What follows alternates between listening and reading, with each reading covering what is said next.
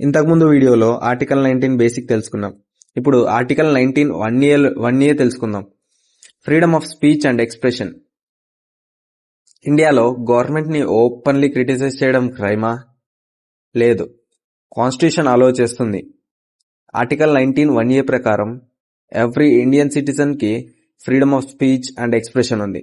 అంటే నువ్వు మాట్లాడచ్చు, రాయొచ్చు, పోస్ట్ చేయొచ్చు, ఆర్ట్, సినిమా, మీమ్స్ ద్వారా ఎక్స్ప్రెస్ చేయొచ్చు. డీప్. కానీ ఈ ఫ్రీడమ్ అన్లిమిటెడ్ కాదు. ఫేక్ న్యూస్ స్ప్రెడ్ చేస్తే, వైలెన్స్ కి ఇన్సైట్ చేస్తే, కంట్రీ సెక్యూరిటీకి డ్యామేజ్ చేస్తే అప్పుడు గవర్నమెంట్ రిస్ట్రిక్షన్స్ పెట్టగలదు. సపోజ్ పెట్రోల్ ప్రైసెస్ పెరిగాయి అనుకోండి, నువ్వు సోషల్ మీడియాలో ఇది రాంగ్ డెసిషన్ అని పోస్ట్ చేశావు, అది లీగల్. కానీ రోడ్స్ బంద్ చేయండి, గవర్నమెంట్ డ్యామేజ్ చేయండి, గవర్నమెంట్ ప్రాపర్టీ డ్యామేజ్ చేయండి అనడం ఇది ఇల్లీగల్. ఫ్రీడమ్ అంటే మాట్లాడడం మాత్రమే కాదు, రెస్పాన్సిబుల్ గా మాట్లాడడం అని ఈ ఆర్టికల్ 19 వన్ ఏ చెప్తుంది.